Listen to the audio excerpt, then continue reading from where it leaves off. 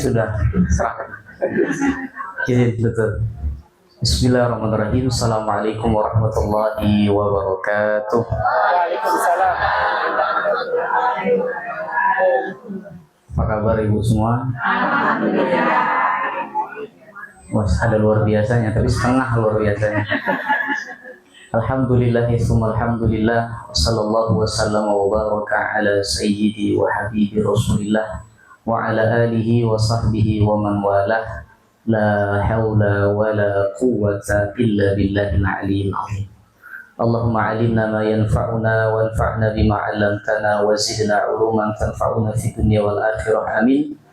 Rabbi shrah li sadri wa yassir li amri wa hlul 'uqdatam min lisani yafqahu qawli yafqahu qawli. Sebelumnya terima kasih pada Dr. Al-Hajj yang telah mempersilahkan kepada saya untuk bisa berbagi ilmu. Saya sering diceritakan oleh Ustaz Andri terkait dengan majelis ta'lim ini, terkait dengan beliau, dan beberapa kali beliau meminta kepada saya, Ustaz Andri, untuk bisa silaturahim dengan ibu-ibu solehah yang ada di sini. Dan ketika saya masuk pertama sekali di ruangan ini penuh dengan kebaikan, penuh dengan nuansa-nuansa yang mendekatkan kepada surga Allah Subhanahu wa Ta'ala. Dan sampailah saya pada hari ini. Seperti yang disampaikan oleh dokter tadi, bahwasanya saya itu sama dengan Ustaz Andri, beda generasi. Jadi terpaut lebih kurang 10 atau 15 tahun dengan Ustaz Andri. Ya. Kalau dilihat muka seperti baru selesai SMA kan? Masih bujangan. Masih terlihat seperti itu. Kira-kira umur saya berapa? 15 tahun. 15 tahun, udah pulang saya ini. Saya pernah kejadian itu ketika saya diundang untuk ceramah gabungan itu di Medan, Sumatera Utara. Ketika itu saya tinggal di situ. Saya datang, ini ramai ibu-ibu semua. Ketika itu saya masuk, saya duduk, tiba-tiba moderator berdiri, MC lalu dia, mohon maaf ibu-ibu semua karena ustadznya belum datang. Padahal saya udah terduduk di situ. Saya tunjuk tangan ketika itu, Bu, mohon maaf saya ustadznya. Oh, Bapak ustadznya, saya kira Kori katanya. Setelah itu saya ubah materinya, saya bahas tentang Dajjal. Ketakutan ibu-ibu semua. Balas dendam saya ini. Subhanallah. Dan untuk memulai pada kajian kita pada malam hari ini, saya ingin menukilkan perkataan dari salah seorang tabi'i. Tabi'in itu apa? Orang yang bertemu dengan sahabat. Mereka memang tidak bertemu dengan Nabi Muhammad, tapi mereka bertemu dengan sahabat mereka, orang-orang saleh. Dan salah seorang tabi'in yang sangat dihormati, min kibari tabi'in, dari tabi'in yang senior, yang dita'zimi di kalangan tabi'in, namanya Ibnu Syihab Az-Zuhri. Beliau pernah mengatakan sebuah perkataan yang mana perkataan beliau ini dinukilkan oleh Imam At-Tirmidzi dalam sunannya. Ketika itu beliau mengatakan, tasbihatun fi ramadhana afdalu min alfi tasbihatin fi ghairi. Ada yang tahu artinya? Satu kali tasbih yang diucapkan oleh seseorang, satu kali, dan itu diucapkan di bulan Ramadan, itu 1000 kali lipat jauh lebih baik daripada tasbih yang diucapkan di luar Ramadan. Yang mengatakan adalah Ibnu Syihab Az-Zuhri, salah seorang ulama dari kalangan tabi'in yang sangat dihormati, keilmuannya luar biasa. Saking hebatnya perkataan ini dinukilkan oleh Imam Tirmidzi dalam sunannya. Satu kali tasbih.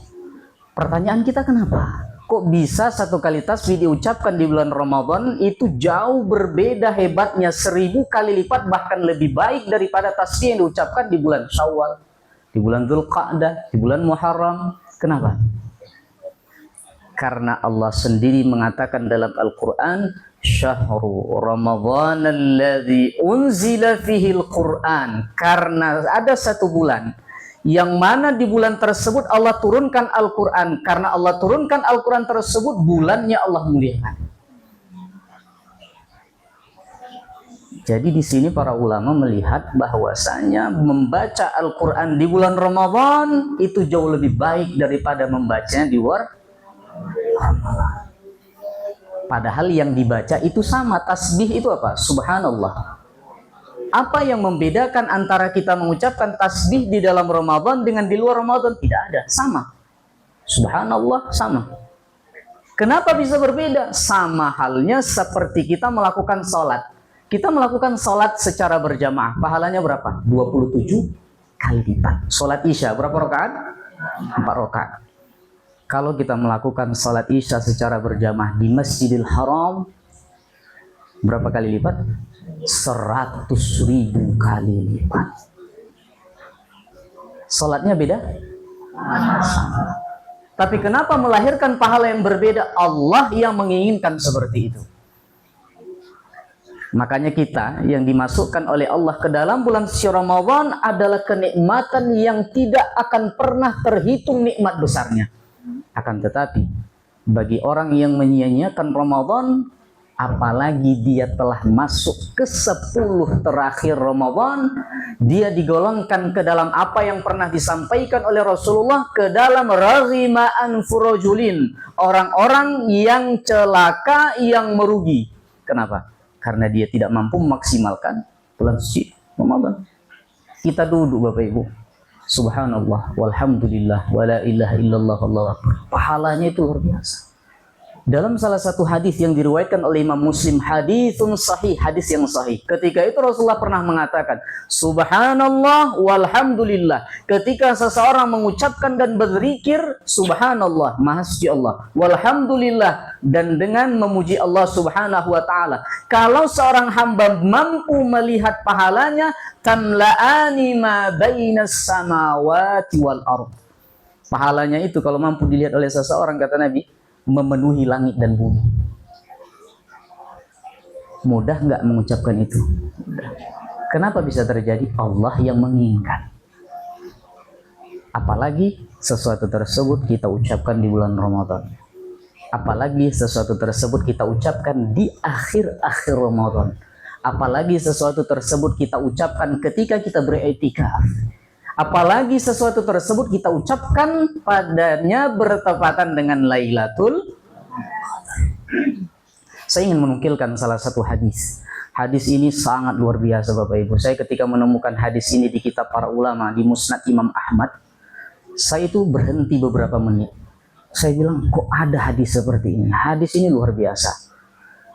Dalam Musnad Imam Ahmad, hadisun hasan, hadis yang hasan, bukan lemah apalagi palsu. Ada namanya sahabat Thalhah bin Ubaidillah. Siapa? Thalhah bin Ubaidillah. Thalhah bin Ubaidillah ini adalah salah satu sahabat Nabi yang dijamin oleh Rasulullah masuk surga tanpa azab, tanpa hisab.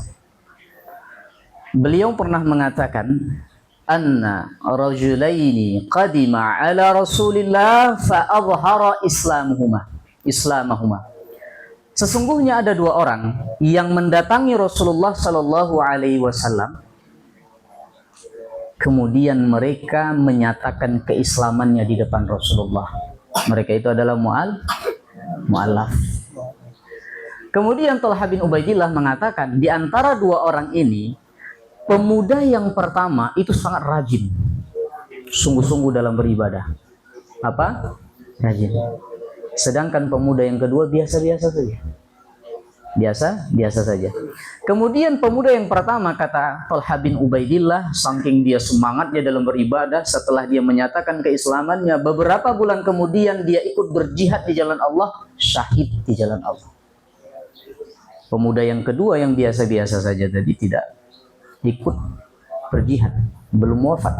Setahun kemudian pemuda yang kedua ini yang biasa-biasa saja tadi wafat. Bukan di medan perang, wafat biasa.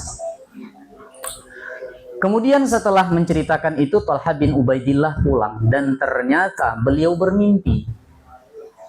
Mimpi beliau bertemu dengan dua orang yang diceritakannya tadi, karena dia mendengar dari Rasulullah. Mereka bertiga jadinya, Talha bin Ubaidillah dan dua orang pemuda tadi, kan sudah wafat tadi. Seolah-olah kata Talha bin Ubaidillah mereka berada di depan pintu surga. Tiba-tiba seseorang keluar dari ruangan itu, pintu surga tadi. Yang pertama dipersilahkannya untuk masuk adalah pemuda yang kedua. Setelah beberapa lama, dia keluar lagi mempersilahkan pemuda yang pertama. Setelah itu Talha menunggu giliran dia, kapan saya nih? Setelah itu keluar dia, dikatakan oleh seseorang, dan itu malaikat dalam mimpinya mengatakan, kamu belum waktunya. Kemudian dia terbangun, kaget dia, heran dia, kok bisa lelaki atau pemuda yang pertama yang wafat syahid di jalan Allah, sungguh-sungguh dalam beribadah, dibandingkan pemuda yang kedua, yang di pertama dimasukkan adalah pemuda yang kedua. Kemudian dia bangun, dia ambil wudhu, dia bersegera pergi ke Masjid Nabawi, dia mencari Rasulullah SAW. Tidak ketemu. Dia duduk, dia menceritakan di hadapan para sahabat apa yang terjadi. Mereka semua heran. Mereka semua berdebat. Ketika mereka sudah berdebat, Rasulullah SAW datang. Kemudian Rasulullah mengatakan, min ayyi dzalika ta'jabun? Apa yang kalian herankan? Apa yang menjadikan kalian heran? Kata Rasulullah SAW. Kemudian Talha berdiri, mendekati Rasulullah SAW dan mengatakan, wahai Rasulullah, engkau pernah menceritakan ada dua orang pemuda yang menyatakan keislamannya di hadapanmu. Lelaki yang pertama atau pemuda yang pertama itu sangat rajin dalam beribadah, dia ikut perang, kemudian dia syahid. Sementara pemuda yang kedua yang biasa-biasa saja, tidak syahid dalam perang, 1 tahun kemudian dia wafat.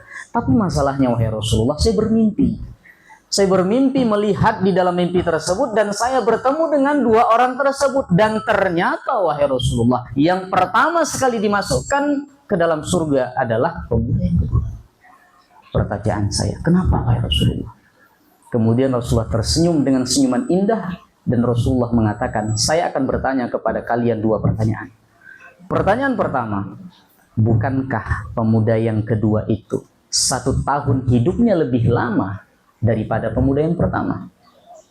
Sujudnya sudah barang tentu jauh lebih banyak. Itu pertanyaan pertama. Apakah benar seperti itu? Kata para sahabat, bala ya Rasulullah. Benar wahai Rasulullah. Pertanyaan kedua, bukankah pemuda yang kedua itu bertemu dengan Ramadan dan dia masuk ke dalam Ramadan, menyelesaikan Ramadan, sementara pemuda yang pertama dia hanya syahid di jalan Allah. Dia tidak dapat Ramadan. Sementara pemuda yang kedua meskipun biasa-biasa saja, dia bertemu dengan Ramadan. Apalagi kalau dia bertemu dengan Lailatul Qadar. Kemudian Rasulullah dengan tegas mengatakan, "Fama bainahuma ab'adu ma bainas sama'i wal ard." Derajat mereka berdua ini sangat jauh, kata Rasulullah, ibarat langit dan bumi. Itu baru sekali bertemu dengan Ramadan. Kita sudah berapa kali? Sudah banyak sekali. Sudah banyak sekali. Dan jangan pernah disia-siakan. Kata Ibnu Syihab Az-Zuhri tadi, 1 tasbih saja 1000 kali lipat. Konon lagi kita subhanallah, subhanallah. Konon lagi kita membaca Al-Quran. Saya akan menukilkan satu perkataan daripada salah seorang tabi'ut tabi'in, namanya Salam bin Abi Muti'. Siapa? Salam bin Abi Muti'. Beliau punya guru namanya Imam Qatadah. Imam Qatadah ini tabi'in. Dan perkataannya dinukilkan oleh Al-Imam Az-Zahabi dalam kitabnya Syiaru A'lamin Nubala. Imam Salam bin Abi Muti mengatakan, "Kana Qatadah yakhtimul Qur'ana fi 70." Ada namanya guru saya, kata beliau, namanya Imam Qatadah. Kebiasaannya khatam membaca Al-Quran 30 juz dalam waktu 7 hari. Setiap 7 hari khatam. Wa idza jaa Ramadan khatama fi kulli 30. Tapi kalau sudah masuk Ramadan, katanya khatamnya bukan 7 hari sekali, 3 hari sekali. Wa idza ja'al 'ashrul awakhiru khatama fi kulli lailatin. Tapi kalau sudah masuk malam 21, 22 sampai seterusnya, khatamnya setiap malam.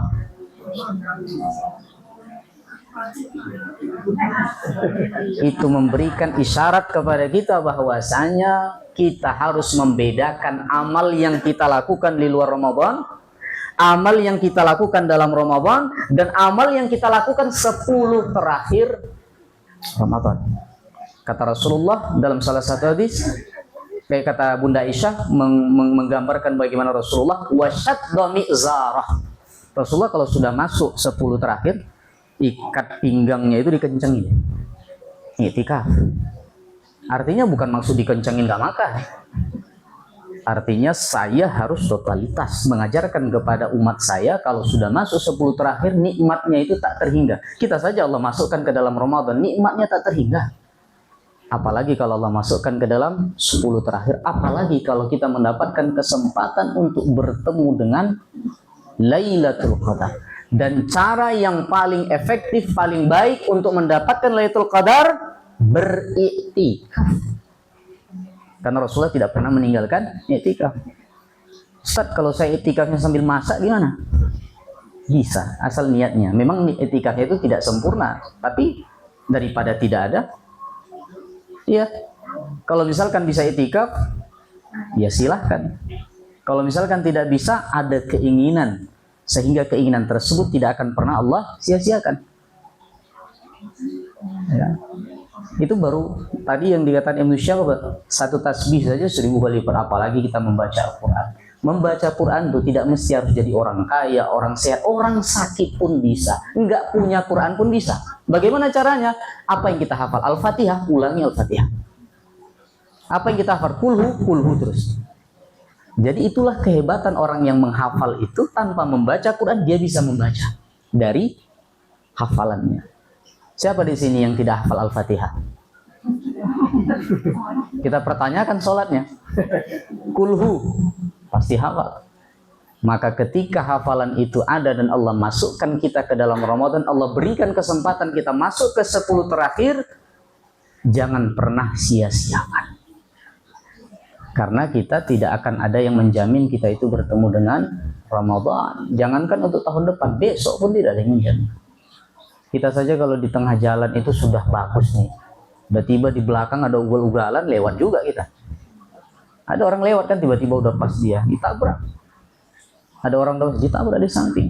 Tidak ada yang mampu menjamin. Kan tiba-tiba saja hampir 20 menit, nggak terasa. 17 menit, sisa 2 menit lagi.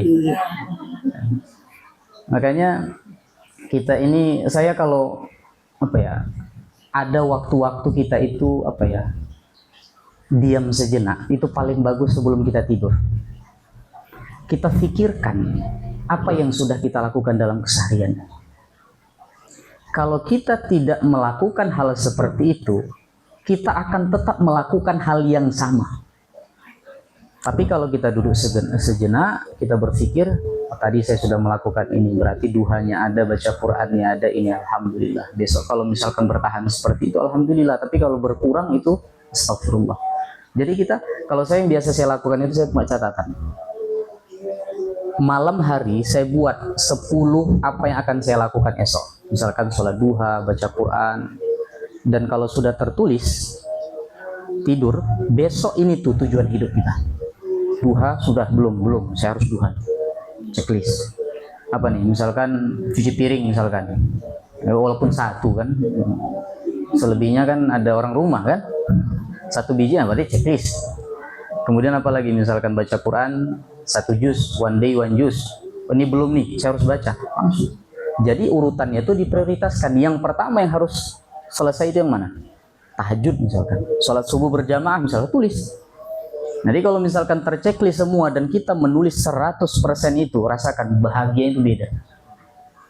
Tapi kalau misalkan kita, yang penting saya jalan itu kita putarannya gitu-gitu saja. Ibarat kita kalau keluar rumah, kita itu nggak tahu mau ngapain. Putar sana, putar sini, putar sana. Pas sudah lalu 3 jam baru kita ingat, oh iya ya saya mau ke sana. Habis waktu. Tapi kalau misalkan kita sebelum keluar, saya ingin ke sana. Pas keluar rumah langsung tuju ke sana. Lebih cepat sampai dan menghemat waktu. Mudah-mudahan kita digolongkan ke dalam golongan orang-orang yang Allah mampukan kita di dalam taat kepada Allah. Allah berikan taufiknya kepada kita, dan yang paling penting Allah terima setiap ketaatan yang kita lakukan. Allahumma amin. Mungkin yang dapat saya sampaikan. Wassalamualaikum warahmatullahi wabarakatuh.